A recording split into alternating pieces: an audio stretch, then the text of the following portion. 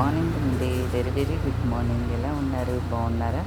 తారబాబుకి subscribe చేసుకొని friends support ఇవ్వండి. Insta కూడా ఉంది. ఇన్స్టా కూడా ఫాలో కాండి ఫ్రెండ్స్.